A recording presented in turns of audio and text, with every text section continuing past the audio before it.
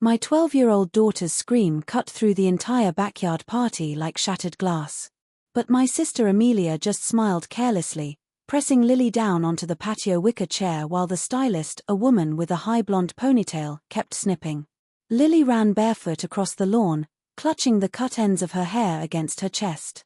Her chestnut hair, which had once fallen to her waist, was now hacked unevenly, the shortest strands barely reaching her earlobes. My mother, Margaret, stood by the grill with a glass of lemonade, and said lightly to the assembled guests, "That's better. Now she won't steal Clara's spotlight during the talent show tonight." 21 adults stood there, and not one of them stepped forward. No one said a word. I simply bent down, picked up my crying Lily, walked past the pink balloon arch in the middle of the lawn, and headed straight to my SUV in the driveway. I started the engine and drove away. None of them followed. It wasn't until dawn the next day, when frantic pounding on my door shook the entire street, that they finally realized that before photo, taken as part of their so-called Princess Miracle Makeover pageant campaign, would become the most expensive slap in the face of their lives. My name is Amy Harper, and I'm 37. If you've always been the one seated at the far end of the long table at every family gathering, this story is for you. Drop your city in the comments, and don't forget to subscribe.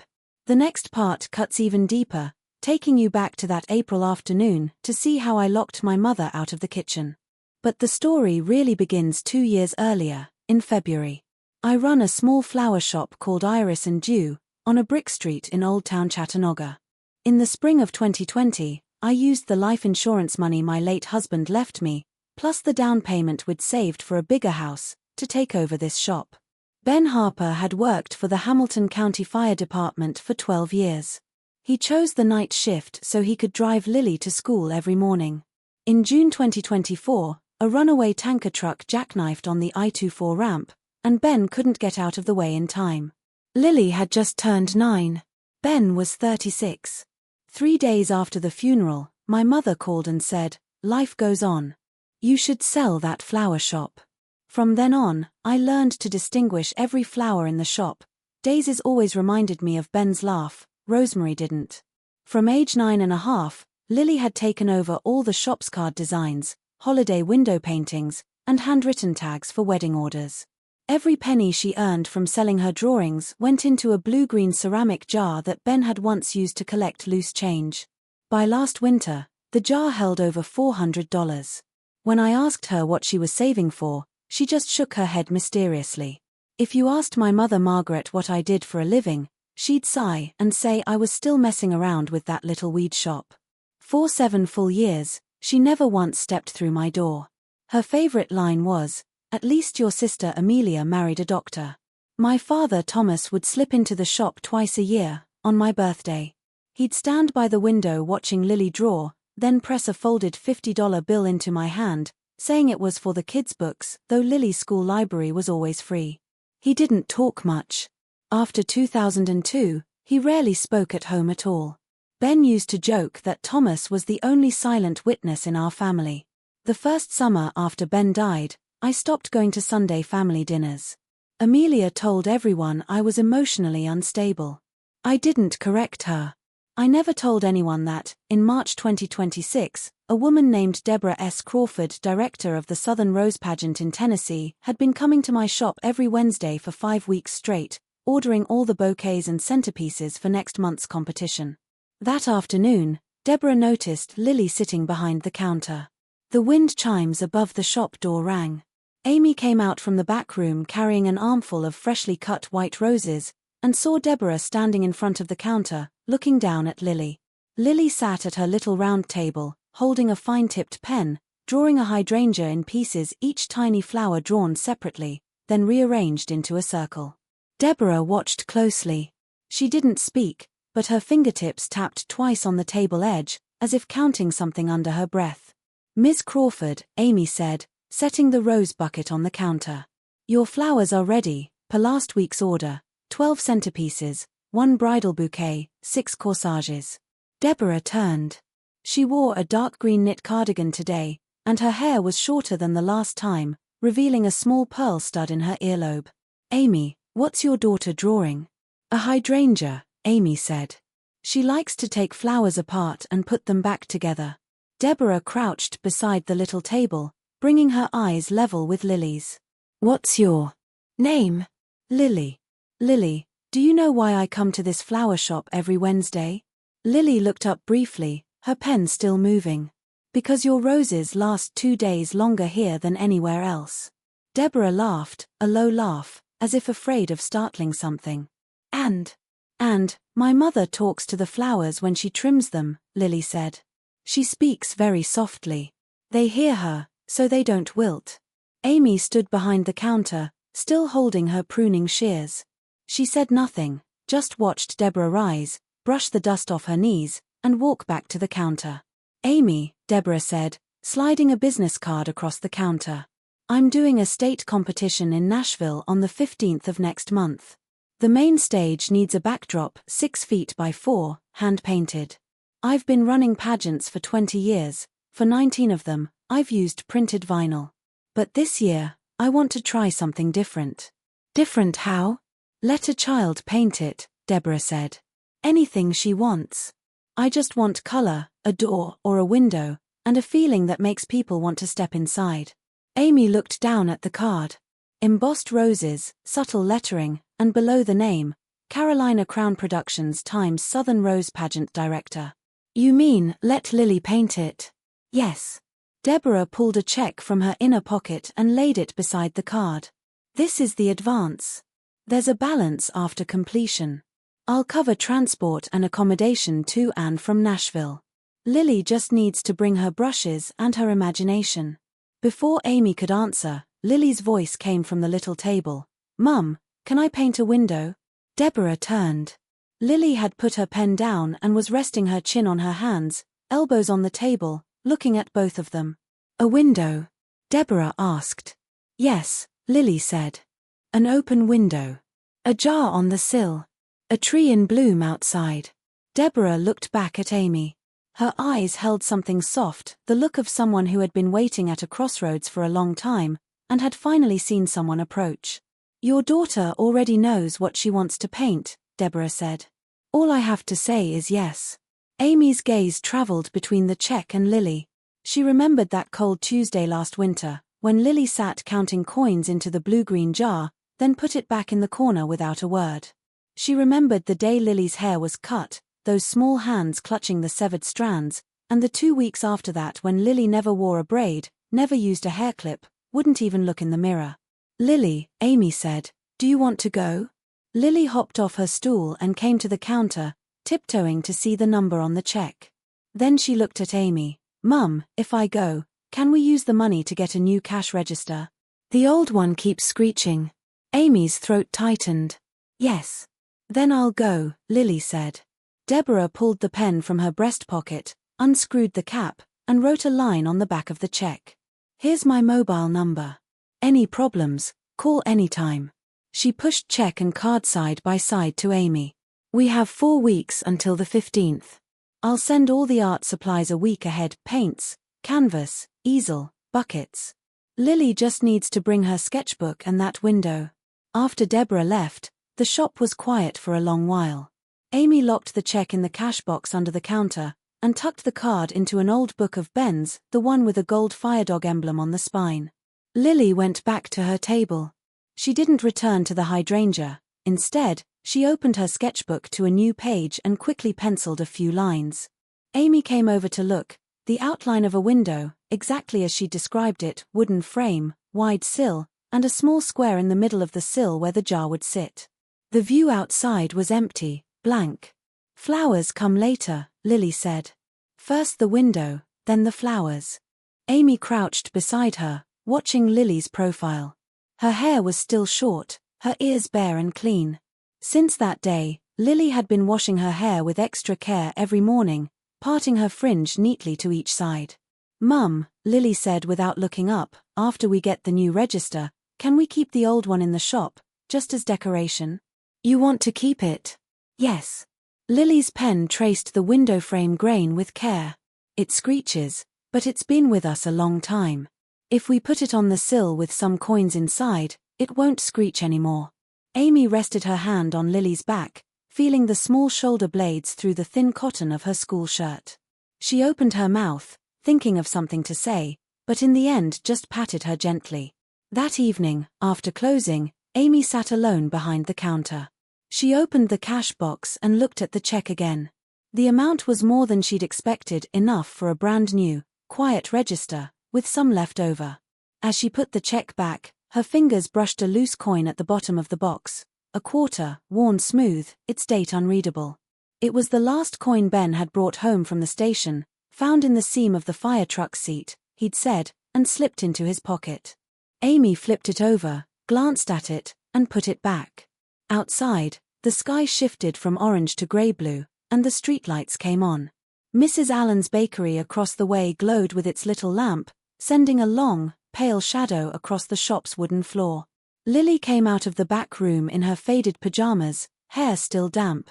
She'd just showered, and she carried the blue-green jar in her hands. Steam rose faintly from the rim. She always took it down from the sill after her bath, wiped it dry, and put it back. "Mum, what's for dinner?" "I haven't started yet," Amy said, getting up. "There are eggs and tomatoes in the fridge." "Scrambled eggs with toast." "Okay." They worked together in the kitchen for 20 minutes. Lily chopped the tomatoes into neat little cubes, each piece lined up like soldiers. Amy beat the eggs. The kitchen window was open, and the late spring breeze carried the smell of cut grass through the screen. "Mum," Lily said, pushing the chopped tomatoes over, "while we're in Nashville, who'll water the shop flowers?" "Mrs. Allen said she'd come by." "And the cash register?" "Bob said he'd fix it this weekend." "Then there's nothing to worry about." Amy poured the eggs into the hot oil with a sizzle. She remembered the last time Lily had said nothing to worry about. That was the second weekend after the haircut, when Lily had said it from her bed, her voice so soft it sounded like she was convincing herself. This time was different. This time, Lily said it with a tomato knife in her hand, the blade wet with juice. When dinner was on the table, Lily pulled something from her pocket and set it on the table corner. A brand new quarter, minted in 2026, silver white, with unblemished edges. "Mum," Lily said, "after the new window painting is done, I want to put this coin on the sill." "Which sill?" "The shop's front window, inside the painting," Lily said. "A real coin on the painted sill. If someone looks closely, they'll see it's real. They can take it, or leave another one." Amy set down her fork. "Are you sure?" Lily shook her head. "It's not about being sure or not. Once it's there, it's not just mine anymore. It's everyone's." Amy picked up the coin and looked at it. 2026, brand new, shiny enough to reflect her own eyes. "Then put it there," she said, handing it back. "When the painting's done, you put it there yourself." Lily pocketed the coin and began eating her scrambled eggs, quietly and intently, as if chewing each bite with full attention. The old pendant light above the kitchen cast its glow over her short hair. The new growth now covered her ears, the ends curling inward like a closed tulip. After dinner, Amy washed the dishes. Lily curled up on the sofa with her sketchbook, flipping to the Nashville backdrop sketch, the wooden window, the jar, the empty outdoors, and then added a few fine short lines to the upper left corner of the frame, like wind. "Mum, how do you draw wind?" Amy came over to look. "You don't draw the wind. You draw what the wind moves." Lily thought for a moment, then added a slanting branch outside the window. "No leaves, just a few tight buds, a magnolia not yet in bloom. When spring comes and the flowers open, I'll add them," Lily said. "But the wind can be drawn now. When the wind blows, the branch bends, the buds sway. You see the branch and you know the wind is there." Amy sat on the arm of the sofa, watching Lily's hand move across the paper. The lines were light, as natural as breathing. A smudge of graphite marked Lily's thumb, and she didn't bother wiping it off. "Lily," Amy said, "when did you learn to draw wind?" Lily paused, looked up at the dark window. "Ben taught me." Amy didn't ask further. She just rested her chin lightly on Lily's crown. "Ben Harper, Hamilton County Fire Department. When he was still here, Lily was 7. He loved to take her out to the big maple in the backyard and draw in the dirt with a stick, each drawing blown flat by the wind, and then they'd start again. He said the wind was the best eraser, because it never erased completely, it just turned one drawing into another. Ben said you can't see the wind, Lily said, her voice muffled, but when you see the branches move, you know it's there. He also said that if the wind blew away something I'd drawn, it meant the wind liked it. Amy closed her eyes.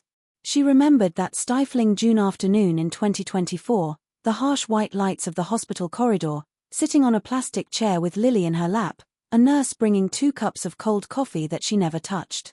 Lily had fallen asleep in her arms, her hair still tied with 2 tiny blue bows. "Mum," Lily's voice pulled her back to the present, "for the Nashville painting, I'll paint the wind. Let it push the branches, make the magnolia buds sway. And curtains, I can paint curtains blowing out." Curtains? Yes.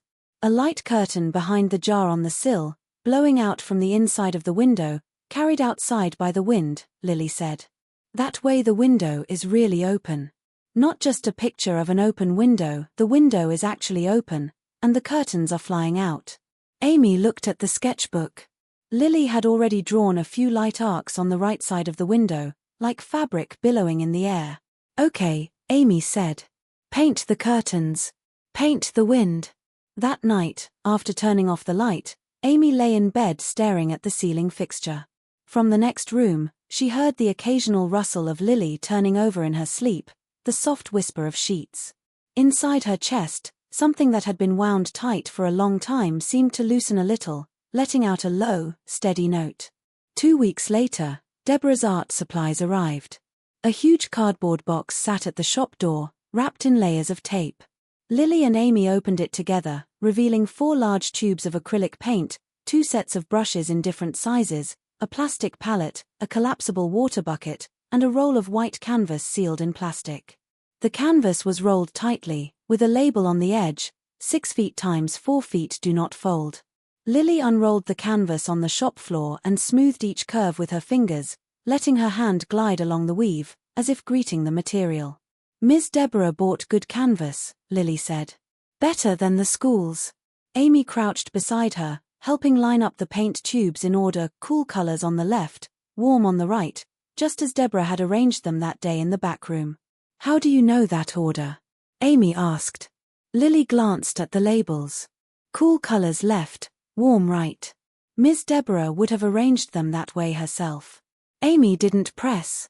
She just watched Lily unscrew each cap and sniff the mouth of each tube. Acrylics have a distinct chemical smell, not exactly pleasant, but Lily always took a deep breath, as if it were an initiation ritual. "Mum," Lily said, capping the last tube, "before we go to Nashville, I want to finish the window painting on the shop window." "This afternoon." "This afternoon." At 2 o'clock, Lily dragged her little stool to the front window. Amy mixed the colors for her, squeezing out pale gray blue, ivory white, and a touch of ochre. Lily began with a light pencil sketch on the inside of the glass, taking over an hour just to outline the window frame. She worked slowly, stepping back every few lines to check, then returning to adjust. Mrs. Allen came across the street with a cup of tea, stood at the shop door, and watched for a while. "That window looks more real than a real one," she said.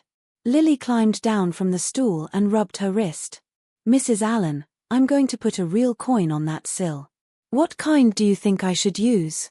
Mrs. Allen bent to look at the pencil marks on the glass. "A new one. Shiny. So anyone passing can see it right away." "I have a new one," Lily said. 2026. "Put that one," Mrs. Allen said. "A new coin with a new year, people feel steadier when they see that." Lily nodded, climbed back up, and continued painting the sill. She mixed ochre with a little white to get a warm wood color, then brushed it carefully along the sill's outline. The wind came down the street, rattling the wind chimes above the door. Lily's short hair blew across her face. She didn't look up, just held the paper down with her left hand and kept painting the shadow on the sill's side with her right. She worked until dusk. The frame was finished when the light was half gone, and Lily said she'd stop there and finish the rest tomorrow. As she jumped down from the stool, Amy noticed a blue paint smear on her calf, probably from crouching too long. "Will it wash off?" Lily looked down at the blue mark. "Acrylic won't wash off once it's dry," Amy said. "But try rubbing it with warm water a few times." Even if it doesn't wash off, it's okay, Lily said. Blue is pretty. After dinner, while Lily showered, Amy heard water splashing and a humming tune she didn't recognize, probably something Lily had learned in music class. When the water stopped, Lily came out wrapped in a towel, and the blue smear on her calf was still there, fainter but not gone. Mum, it didn't wash off. Lily showed her leg. Keep it, Amy said. Like a tattoo. Lily laughed. She jumped onto the sofa in her pajamas, picked up her sketchbook, and continued working on the Nashville composition. Now the sketch included a blowing curtain, drawn with curved pencil lines, the corner of the fabric curling as if tugged from inside the window. Lily rubbed her thumb along the edge of the curtain lines to soften them. Wind is like that, not sharp, she said. Amy sat beside her folding laundry, glancing over now and then. She paused when she reached Ben's old fire department t-shirt, long unwearable, but she'd kept it, folded at the bottom of the wardrobe. Today she was moving it to a storage box. As her fingers touched the fabric, she caught a faint, residual scent of detergent, and something else, maybe just the smell of old cotton itself. She folded the shirt neatly and placed it in the box. Lily had turned to a new page in her sketchbook. It wasn't the Nashville sketch, it was a silhouette, a man standing outside a window, his back turned. His shoulders sloped slightly to the right, his right hand in his pocket. Who's that? Amy asked. Lily shook her head. No one. Just a back. Anyone can be him. She paused. But if you think it's Ben, then it's Ben. Amy took the sketchbook gently and looked for a long time.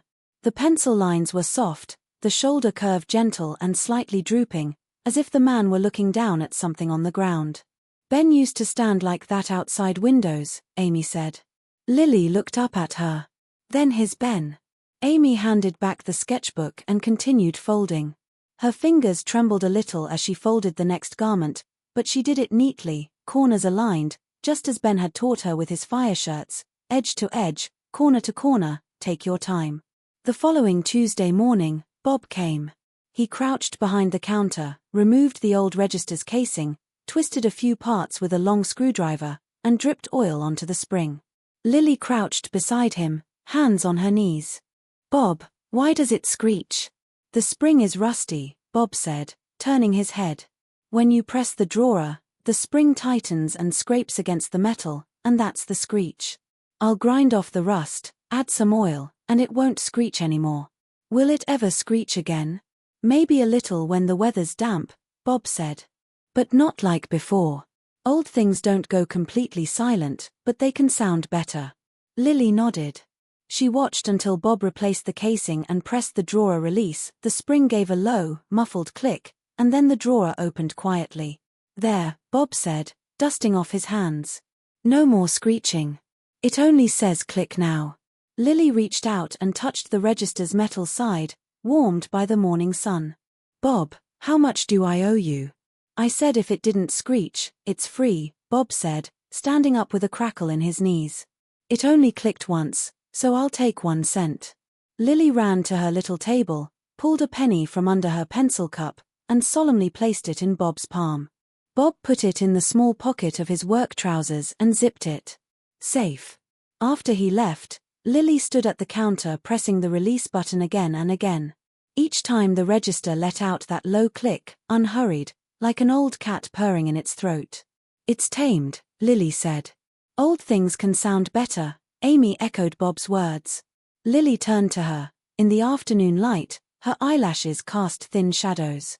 Mum, do you think Grandma could sound better? Amy was taken aback. She hadn't expected Lily to bring up Margaret. Since the Nashville painting, Amy hadn't contacted Margaret. The $500 check had gone into Lily's account, but Amy had neither called nor answered any messages. I don't know, Amy said. Maybe not. That's okay, Lily said. Grandma isn't as easy to fix as a cash register. Amy crouched beside her, meeting her eyes. Lily, do you blame Grandma? Lily thought for a moment, not answering right away. She pressed the register's release button again, click, open, close. When they cut my hair, Grandma said it was better, Lily said at last. But later, in Nashville, she looked at my painting. She stood at the door and didn't come in. She looked for a long time. Mum, when someone looks for a long time, they're thinking. Thinking what? Thinking if they did something wrong, Lily said. If she thought she was completely right, she'd have just glanced and left. But she stood there. Amy's knees were getting numb from crouching. She shifted to sit on the floor. The shop's wooden floor held the afternoon warmth against her bare legs. Lily, do you think Grandma knows she did something wrong? I think she might know a little bit, Lily said. Not the whole thing, just a tiny bit. Like Bob said, rusty springs don't go completely silent, but they can sound better. Grandma may not get better, but she might sound a little better. Amy reached out and brushed Lily's fringe aside. You're more generous than I am. Ben said that, Lily replied. He said if you stay angry too long, the windows in your heart close up. And once they've been closed a long time, it's hard to open them again. So you have to keep the windows open. Amy smiled. It was the first time in a long while that she caught herself smiling, not because Lily had made her laugh, but a quiet, almost silent smile that rose from somewhere deep, a person's private smile to herself. That afternoon, Lily continued painting the shop window. The jar on the sill was done, pale green, lighter than grass, deeper than a new shoot. Mrs. Allen came over and said the color was called Spring Awakening. An old color mixer told me that name, she said. You mixed it. Beside the jar, Lily painted a small circular shape, faintly golden, the outline of a coin, left unpainted. Leave it blank, Lily said. I'll put the real one there tomorrow. She soaked the brushes in the water bucket, capped every paint tube, and tightened each lid. Amy stood at the door watching her back, a girl just over 10, crouched in front of the window, her hair now covering her ears, a stubborn cowlick sticking up at the crown. Tomorrow the 2026 coin would go there. Before bed, Lily took the coin from her pocket and placed it under her pillow. She said it would be warm in the morning. Amy tucked her in, turned off the light, and stood in the dark for a moment. Mum, Lily called from the dark. Yes. After I put it there tomorrow, if someone takes it, I'll put another one. You have another? No, Lily said. But I'll earn one. When I paint in Nashville and get paid, I'll take a new coin and put it there. Every year. Amy stood in the dark for another moment, then sat on the edge of the bed and patted Lily's leg lightly through the blanket. Every year. The next morning, Chattanooga had a brief spring shower. The rain was fine, like sifted flour, darkening the cobblestones to a deep gray. The irises in front of the shop trembled under the droplets, water beading and sliding off the leaves onto the steps. Lily's first act after waking was to run to the window and watch the rain. In her pajamas, she leaned on the sill, her nose almost touching the glass. Mum, it's raining. The coin will get wet. Wipe it dry if it does. Should I put it now or wait until it stops? Amy poked her head out from the kitchen. What do you think? Lily stood at the window, thinking. Now, she said. Rain-washed coins shine brighter. She went to her room, pulled the coin from under her pillow, clutched it in her fist, put on her coat, and went to the shop front. The rain was still falling, fine droplets landing on her hair and shoulders. She didn't take an umbrella. Amy stood under the porch awning, watching. Lily reached the shop window, stood on tiptoe, and placed the 2026 quarter exactly where the painted outline on the sill was, on the wooden ledge inside the glass, next to the painted jar. The coin landed with a clear, small click. She stepped back 2 paces and looked up at the painting. Rain slid down the glass, streaking the painted window frame and jar, but the coin sat steady on the sill, a silver-white circle glinting faintly through the water. Lily turned and ran back under the porch, her hair plastered to her forehead. Done. Now it's there. Amy wiped Lily's forehead with her sleeve. Someone will take it. I know, Lily said. But when I put it there, it was new. It was new once. That's enough. After the rain stopped in the morning, pedestrians and cars slowly reappeared. The coin lay quietly on the shop windowsill. Occasionally someone passing would glance at it, slow down, and walk on. At noon, Mrs. Allen came over with a bowl of hot soup. As she passed the window, she paused and bent to look at the coin. Still there. Someone will take it, Lily said. Yes, they will, Mrs. Allen said. But every time you put one there, it's new. You put it, someone takes it. The one who takes it will remember this window. Lily squatted on the shop steps, chin in her hands, watching the coin. Sunlight broke through the clouds, turning the coin into a bright white spot. Mrs. Allen, Lily said, what do you think the person who takes it will remember? The window, Mrs. Allen said. And that there was a coin on the sill. When they take it, they'll wonder who put it there. Why did this person put a new coin here? They may never know. But the next time they pass this street, they'll look at this window again. Lily nodded. That's enough. The afternoon cleared. Sunshine dried the rain, and the cobblestones returned to pale grey. The shop was quiet. After Amy finished trimming the day's stock, she sat behind the counter sorting accounts. The numbers looked better than the previous month, thanks to Deborah's order and the growing spring wedding business. Around 3 in the afternoon, a little boy ran past the shop. He was about 5 or 6, in a blue hoodie. He stopped suddenly, crouched by the window, and stared at the painting. After a long look, he called his mother. She came over, bent down, and then reached out and gently took the coin from the sill. The boy held the coin, turned it over, looking at both sides. His mother said something. The two of them stood there a moment longer, and then the boy carefully placed the coin back. He set it down gently, aligning it with the painted jar's outline. Lily, sitting inside, watched the whole thing through the glass. She didn't stand up or run out. She just watched the boy put it back, then turn and walk away with his mother. Mum, Lily said, he put it back. I saw. He just looked at it, and put it back. Amy came from behind the counter and sat beside Lily at the little table. Together they watched the coin on the sill catch a small ring of light in the afternoon sun. He'll remember this place now, Lily said. Around 5, the sun slanted lower and the shadows stretched. Lily walked to the door alone, crouched, and pulled something new from her pocket, placing it on the sill next to the quarter. A copper penny, its edges darkened with age, as if dug from some old drawer. I found this last year in Ben's jacket pocket, Lily said, still crouching, not turning around. It's been in my pencil case ever since. Today I want to put it up here too. Copper and silver look good together. Amy stood behind her, looking at the 2 coins side by side on the sill, a silver-white 2026 quarter and an old copper penny, one new and one old, shoulder to shoulder beside the painted jar. Lily, Ben's jacket pocket, when did you find that? Last autumn, Lily said.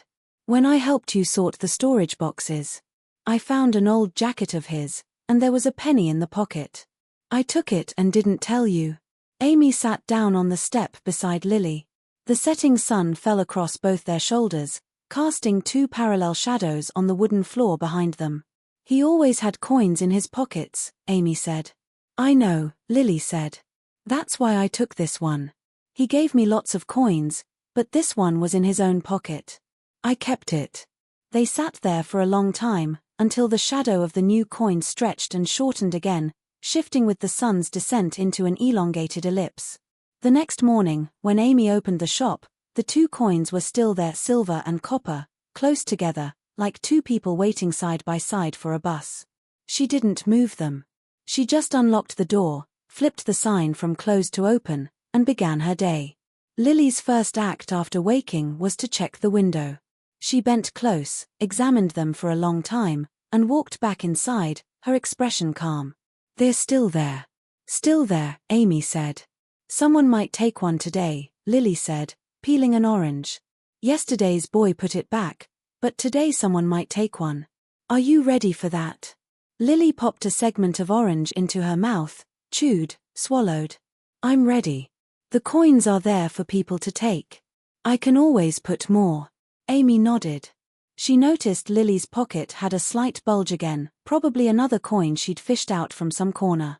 Later that afternoon, while clearing out the back storage room, Amy found a small clear plastic box at the bottom of one of Ben's old toolboxes.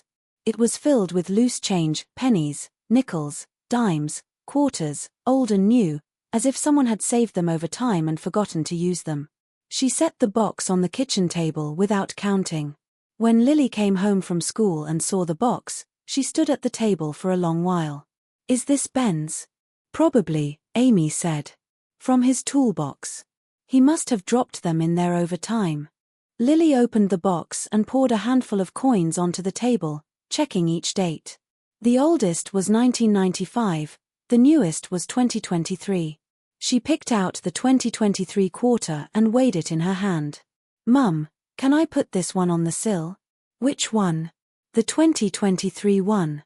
Lily held it up. "The first year after Ben left. I want to put it there." "Go ahead," Amy said. Lily wiped the 2023 quarter clean, went to the shop window, opened the glass door, and placed it on the sill beside the others. 3 coins now, a copper penny, a 2023 silver quarter, and a 2026 silver quarter, 3 marks from 3 different years. That evening, a teenager on a bicycle passed by. He stopped at the window, bent to look at the 3 coins, didn't touch them, just glanced, whistled, and pedaled away. Lily watched from the steps and said nothing. "Lily," Amy called from the kitchen door, "dinner."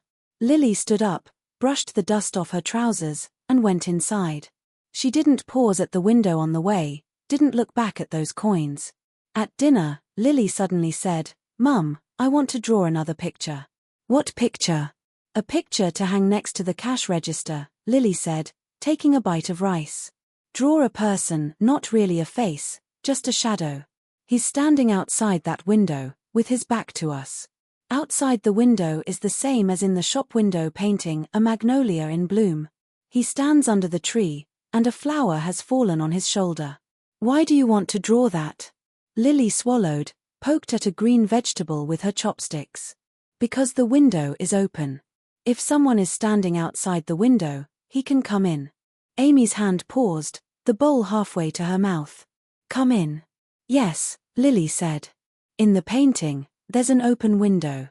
Wind blowing, curtain flying, coins on the sill. If someone is outside looking in, he sees all that. If he wants, he can climb through the window." "Climb through to do what?" "Sit on the sill," Lily said. "Look outside. Or not look. Just sit there a while." Amy looked down at the rice in her bowl, the white grains glinting in the lamplight. Her nose tingled, but she breathed deeply and pushed the feeling down. "Okay," she said. "Draw it. Hang it on the wall next to the register." That night, Lily took 45 minutes to finish the drawing. Charcoal sketch, a simple back, sloping shoulder, right hand in a pocket that bulged slightly as if holding a coin. Overhead, a slanting branch with a half-opened magnolia, and 1 petal fallen on the shoulder. When it was done, Lily taped the 4 corners to the wall beside the cash register. She stepped back, studied it, moved the left side a little straighter, then walked away. That drawing stayed there. Customers sometimes asked, "Who is that?" Lily always answered, "I don't know. Just someone standing outside a window." If they pressed, she'd add, "He's standing outside, and the window is open. He can come in any time." No one asked further. From that March into early April, Chattanooga's weather wavered between warm and cool. The magnolia buds swelled and shrank, hesitated, as if unsure whether to bloom. The shop window painting, the open window, the jar, 3 coins, changed color with the light. Amy often stood outside after closing, watching the 2026 coin turn golden in the sunset, the old penny almost disappearing into shadow. Sometimes a coin disappeared, sometimes another appeared.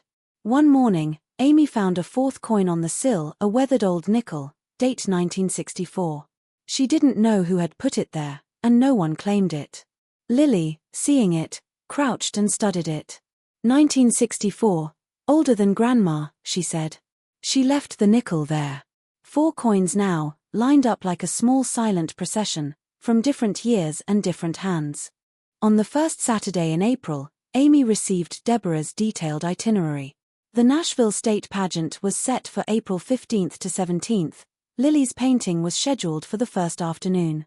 Deborah added a line at the end, "The studio is ready. South-facing window, great light. Wall is white, 6 by 4, same size as your shop window." Amy turned the screen toward Lily. Lily read the line and looked up. Same as the shop window? Same. Lily thought. Then I can paint it as a different window. Not a copy of the shop one, a different one, facing a different direction, different curtain color, a blue jar on the sill instead. Dark blue or light blue? Blue-green, Lily said. Like the jar I save coins in. The one Ben used. Amy looked into Lily's eyes. They were calm, clear, without hesitation. Okay, Amy said. Blue-green. The week before departure, Amy packed.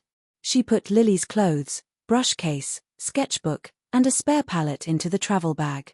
Lily sat on the bed, holding the blue-green ceramic jar, the real one, not the painted one, with a few coins still heavy at the bottom. Mum, Lily said, holding the jar, should I take the jar? Deborah said all supplies are included, paints and brushes. But you can take it as a reference. Then I'll take it. Lily wrapped the jar in an old t-shirt and put it in her small backpack. It's easier to paint from real life. And besides, when the jar is with me, the coins inside won't get lost. Amy paused. Coins in the jar, coins in the painting, they can all be taken. Lily zipped the backpack. I know. But when the jar is with me, I'm the one who decides what goes in. How many, and what year? They arrived in Nashville on a clear morning. The cherry blossoms at the convention center had just passed their peak. Petals carpeted the cement in pale pink. Deborah waited at the side entrance, wearing a cream trench coat, her hair even shorter than before, her whole face clean and sharp. Lily, Deborah crouched to meet her eyes. The studio is ready. The south window is open, and outside there's a magnolia in bloom. Lily's eyes lit up. Really in bloom? Really. I picked that room on purpose. Deborah stood and looked at Amy. Go see the room, drop your bags, then come back. The canvas is stretched and mounted on the wall. Paints and brushes are all set. Your daughter has just one job, make that window grow out of the wall. The studio was at the end of the second-floor corridor. When the door opened, Amy and Lily both stopped. The entire south wall was windows, not painted, but real glass, light pouring in. Outside stood a magnolia in full flower, its clusters of deep purple and pale pink petals trembling in the midday light, like a cloud of frozen smoke. On the opposite wall, a huge white canvas stretched 6 feet high and 4 feet wide, pinned to a wooden frame at the edges. In front stood an easel and a mixing table, neatly lined with brushes of various sizes, 2 rows of palette-squeezed paints, a half-filled water bucket, and a clean rag draped over the rim. Lily walked to the canvas and touched the surface. The acrylic weave was fine and even. She ran her hand from left to right, as if greeting the fabric. Mum, she turned, it's bigger than the shop window wall. A lot bigger, Amy said. Lily stepped back to the doorway and looked up at the blank white expanse. She stood there a long while, until the magnolia outside stirred in the wind and several petals flew in through the window, landing on the sill and floor. I know what I want, Lily said. She went to the easel, picked a fine-point pencil, and drew a rectangle on the canvas, slightly left of center, the outline of a window frame. She worked slowly. The pencil scratched softly, like a silkworm chewing a leaf. When the frame was done, she added the sill, deepening the lines, adding a small shadow beneath. Amy leaned against the doorframe. Deborah had already stepped back into the corridor, leaving the space entirely to Lily. The breeze occasionally blew Lily's short hair across her face. She brushed it aside and kept drawing. At the jar, Lily paused, took the real blue-green jar from her backpack, set it on the sill as a model, studied it for a moment, then continued. She captured the jar's contour, the rim thickness, the slight curve of the shoulder, a tiny highlight on the right side. She didn't paint coins. The jar was empty. Mum, Lily said without looking up, I'm not putting coins in this jar. Why not? Because this is a different window, Lily said. This jar is for holding wind. The wind blows in from outside, fills the jar, and drifts out again. The coins are on the other sill. This one is for the wind. By 3 in the afternoon, she had finished the frame and the jar. She put down the pencil, rubbed her drawing hand, walked to the window, and drank a glass of water. The magnolia outside, in the afternoon light, seemed almost translucent, its veins showing through the petals. I'll stop here today, Lily said. Color tomorrow. On the way back to the hotel, the sky deepened into a particular Nashville blue darker than Chattanooga's, as if soaked in music. Lily walked beside Amy, light-footed, sketchbook in hand, stopping now and then to draw something on the street. Mum, Lily said, I feel like I'm getting better at windows. I can picture one in my mind with my eyes closed now. How many windows have you drawn? Lily counted on her fingers. Our kitchen window, the shop window painting, the one on the Nashville wall, and the one I drew on the inside of Ben's jacket. That one I didn't paint, I just drew it on the lining. Jacket lining? Lily stopped and looked at her feet. Yes. The year Ben left, I took one of his old jackets from the storage box and drew a window on the inside with a ballpoint pen. No one sees it but me. I put it back before I closed the box. Amy stood under a street lamp that had just come on, its yellow light falling from above. She said nothing, just reached out and gently took Lily's hand. He's still wearing that jacket, Lily said. I just added a window inside. So wherever he is, he's never shut in. That night, after a shower, Lily fell asleep almost instantly, curled under the covers, hair still half damp, cheek pressed to the pillow. Amy sat beside her, watching the small rise and fall of her shoulders, and pulled the blanket up a little. She opened her phone and saw a message from Deborah. I filmed Lily drawing the window frame. She worked for nearly 40 minutes without a break, so focused. If you're okay with it, I'd like to put that video on the pre-show screen on competition day. Amy typed back 3 words. She said yes. The next morning, Lily began coloring. She mixed the frame color first, a warm wood tone, ivory white with a touch of ochre and umber, warmer than the shop window version. The jar color took 2 tries. The first was too purple, so she mixed a fresh batch, and the final blue-green was almost identical to the real jar. Halfway through, Deborah came in with 2 glasses of sweet tea. Break time. Your daughter needs sugar. Lily stepped back, took the tea, and sipped through the straw. A blue-green paint smear marked her cuff, just like the one on her leg back in Chattanooga. Ms. Deborah, Lily said, still sipping, when you put my painting on the warm-up screen, will people know it's a window? Yes, Deborah said. Because on a screen, they're farther away, and a window is unmistakable. And I'll add a line next to it. This window was painted by Lily Harper. She is 11 years old. Lily thought a moment. Can you put a parenthesis after that, the window is open? Deborah glanced at Amy. Amy nodded slightly. Done, Deborah said. Parenthesis, the window is open, close parenthesis. In the afternoon, Lily began the curtain. She painted a vertical rectangle on the right side of the frame, then used a fine brush dipped in grey-blue, a shade darker than the sky, and pulled from top to bottom. After the first stroke, she stepped back, then added a few arcs to give the fabric a curling motion. The curtain is blowing out, she murmured to herself. The wind comes from the south, and the curtain is carried outside the window. It took nearly an hour to finalize the curtain's shape. That grey-blue drape poured from the right of the frame, the upper half lifting, the lower half dropping, with small jagged edges at the hem like frayed fabric tugged by the wind. The wind is strong, Lily said.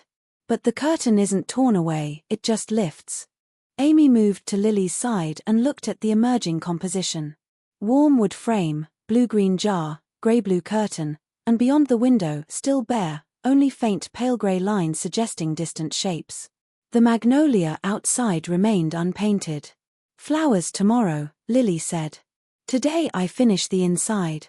Once the inside is done, the outside can come in. That night, Amy had a brief dream.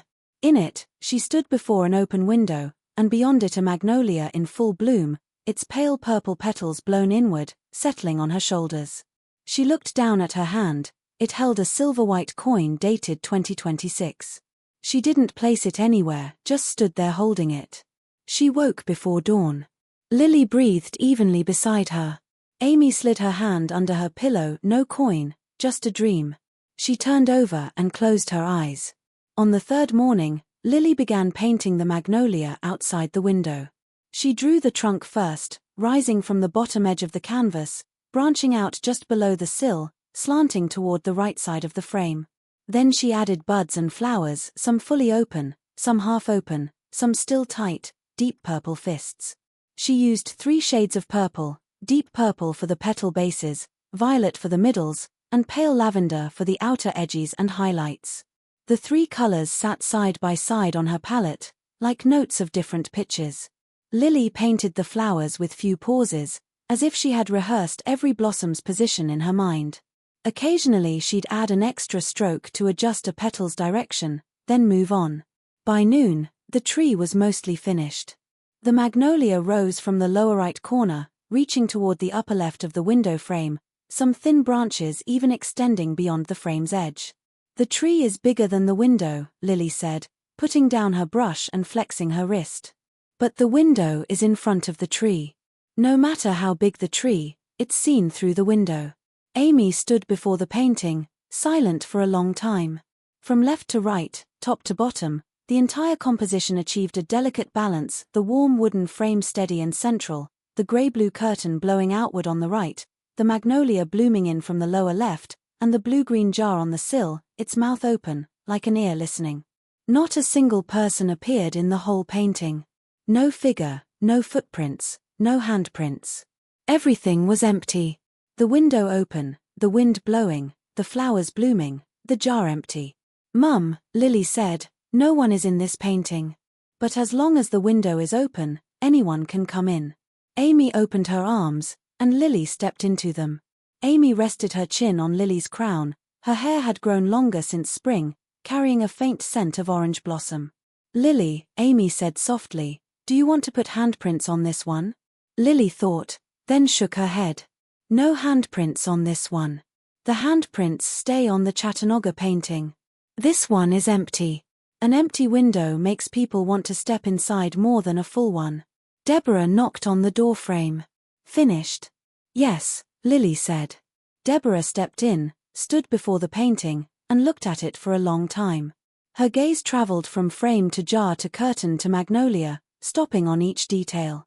Finally she stepped back, leaned against the wall, and let out a long breath. "Lily," she said, "I want to print this as next year's pageant poster." Lily looked at Amy. Amy nodded. "Yes," Lily said. "But the words under the painting have to include 'the window is open.'" "Done," Deborah said. In large type, right under the picture. That afternoon, Deborah took Lily to the side of the main stage. The competition was already underway. Backstage, contestants were getting ready, the corridor busy with sequined dresses and ballet slippers. Lily walked through the corridor as if through a familiar street. She saw some girls, some breathing deeply, some reciting lines to mirrors, some peeking through the curtain. Lily didn't stop at any of them, but as her gaze passed over them, she looked at their eyes. "Mum," she whispered, "most of them are smiling, but their eyes aren't. Only that one in the yellow dress, her eyes are smiling." Amy followed her gaze. A girl of about 13 in a lemon-yellow dress was stretching at the corner, her toes pointed. Her mouth curved slightly, her eyes creased into crescent moons, and she chatted softly with a friend beside her. "That girl is truly happy," Lily said. "How can you tell?" "Because even her feet are singing while she stretches," Lily said. Amy looked down at Lily. Lily was watching that yellow-dressed girl with focused attention, like reading a wordless book. By 4 in the afternoon, the junior competition was over. Deborah led Lily and Amy to center stage, standing in front of the large screen that had been showing highlights, smiling faces, judges close UPS, audience reactions. Then the screen went dark for half a second, and a painting appeared. Warm wood frame, grey-blue curtain lifting in the wind, blue-green jar, magnolia trembling beyond the window. At the lower right, white text. This window was painted by Lily Harper. She is 11 years old. The window is open. The image stayed on screen for nearly 10 seconds. A low murmur rose from the audience, followed by applause, not thunderous, but sustained. Lily stood at the edge of the stage, her expression unreadable, hands at her sides. Amy stood beside her, neither looking at her nor speaking. The image faded and the next segment began. Lily turned, took Amy's hand, and said, "Mum, let's go home." As they left the convention center, the streetlights were coming on, stretching the shadows of the trees into long, slanting lines. Lily walked beside Amy, clutching a used brush from the studio, its handle stained with dried blue-green paint. "Lily," Amy said, "are you happy?" Lily stopped and thought. "I was a little happy when I finished the painting. But on stage, I wasn't happy or unhappy. I was just watching." "Watching what?" "Watching them look at my painting," Lily said. "They looked for a long time. That's happiness." On the drive back to Chattanooga, Lily fell asleep in the back seat. Amy gently pulled the sketchbook from her lap and opened it to the latest page. It showed a small hill with a solitary round-crowned tree at the top, and a winding path leading to a door at the bottom, not a window, a closed door. Amy looked at that closed door for a moment, her finger hovering above the paper. She turned to the next blank page and wrote, in pencil, a small sentence. Behind the door there might be a window. Then she closed the sketchbook and laid it back on Lily's lap. The car rolled through the fields and hills in the twilight. Chattanooga's lights appeared in the distance like a small patch of fallen stars. Lily stirred in her sleep, murmured something indistinct, and settled again. Amy watched the moving darkness beyond the window. The magnolia she'd planted in the yard should be blooming soon. She didn't know what awaited them back in Chattanooga, whether Margaret would call again, whether Amelia would send another message, whether Thomas's back would stoop further, whether Mrs. Allen's cinnamon rolls would taste any sweeter. She only knew that Lily's head rested against her arm, and her hair had grown nearly 2 inches since spring, now long enough for a tiny short ponytail. That ponytail swayed gently in sleep, like the tail of a small dreaming animal. As they entered Chattanooga's streets, the streetlights lit up one after another, as if someone were turning them on along the whole route. The old brick buildings glowed warmly in the lamplight, and the little lamp outside Mrs. Allen's bakery was still on. Amy gently shook Lily. "We're home." Lily rubbed her eyes and, seeing the familiar corner, smiled drowsily. "Mum, are there coins on our sill?" "Yes. You'll see in the morning." They got out, dragged their luggage to the shop door. The window painting hung quietly under the street lamp, the open window, the pale green jar, and the coins on the sill, almost invisible in the dimness, but Amy knew they were there. Lily unlocked the side door, slipped off her shoes, and went in. She walked to the window and peered through the glass at the sill. All 4 coins were there, neat and untouched. "Mum," Lily said, "they're all still there." "Yes." "Will they be there tomorrow?" "Maybe. Maybe not." Lily nodded. "That's okay. If they're not, I'll put more." She yawned and turned toward her room. "Good night, Mum." "Good night." Lily's door closed. Amy stood alone in the shop's front room, moonlight and streetlight mingling through the windows, casting blurry patches on the floor. She went to the register and looked at Lily's charcoal drawing on the wall, that figure outside the window, a flower on his shoulder. She reached out and gently touched the drawn shoulder with her fingertip, as if brushing off the petal. Then she went to her own room. On the nightstand stood the real blue-green jar, which Lily had taken from her backpack and put back in its place. Amy lifted it, shook it, a faint clink of coins inside. She unscrewed the lid, poured a few coins into her palm, glanced at them, and poured them back. She put the jar back on the sill, turned off the light, and lay down. The magnolia in the yard swayed in the night wind. The buds were plumper than before, the deep purple sepals cracked slightly, revealing pale purple petal edges. Tomorrow it would bloom. Or the day after. But soon. Amy closed her eyes and listened to Lily's steady breathing from the next room, like a small, reliable engine running quietly. The window is open. The wind can come in.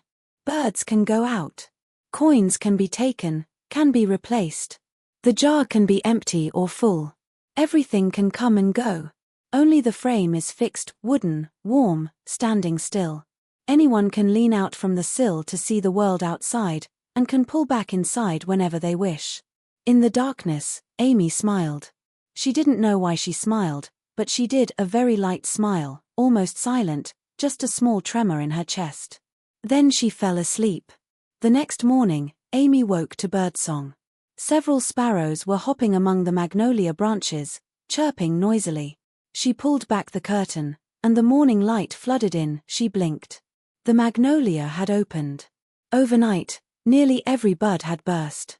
The deep purple sepals curled back and fell away, revealing large petals gradating from lavender to pinkish white, crowding the branches and weighing the whole tree into a fluffy purple cloud. A light morning breeze sent two of the outermost petals drifting down to the lawn. Amy walked out in her pajamas. The grass dampened her ankles as she stood under the tree, looking up. Sunlight filtered through the petals, dappling her face. The fragrance was a crisp sweetness, not overpowering but lasting, like a thin veil woven into the air. She turned and saw Lily's curtains still drawn. She didn't wake her. She went back, boiled water, and made 2 cups of tea. By the time the tea had cooled enough, Lily's door opened. Lily shuffled out in a wrinkled old t-shirt, barefoot, her hair sticking up in all directions. She reached the kitchen, sniffed, and her eyes flew wide. "Mum, outside. It's open." Lily nearly tripped over the threshold as she dashed out. She stumbled to the magnolia, tilted her head back, and spun a full circle, mouth open like a fish swimming upside down. Petals landed on her shoulders, in her hair, on her bare feet. She didn't brush them off, just stood there staring. "Mum," she finally said, her voice a little hoarse, "it's bigger than the one in Nashville." "A full circle bigger," Amy said, leaning against the doorframe with her tea. "It didn't bloom this much last year. Last year it was saving its strength." Lily reached out and touched the lowest blossom's petal edge with her fingertip, featherlight, as if touching a butterfly's wing. "Mum, can I skip school today? I want to draw this tree." Amy looked at the clock, 7:23. "School starts at 8:15. You can draw until 7:55. "That's enough." Lily turned and ran inside. 3 seconds later she was back with her sketchbook and pencil. She sat cross-legged on the damp lawn, book on her knees, and began sketching the trunk. Dew soaked her trousers, but she didn't notice. Amy brought the second cup outside and set it on the grass beside her. "Tea, warm." Lily didn't look up. Her left hand felt for the cup, lifted it for a sip, set it down, and went on drawing. Her pencil moved quickly, capturing the branch angles and flower clusters. The sunlight climbed, and the tree's shadow shortened. Lily moved twice, shifting a little east each time.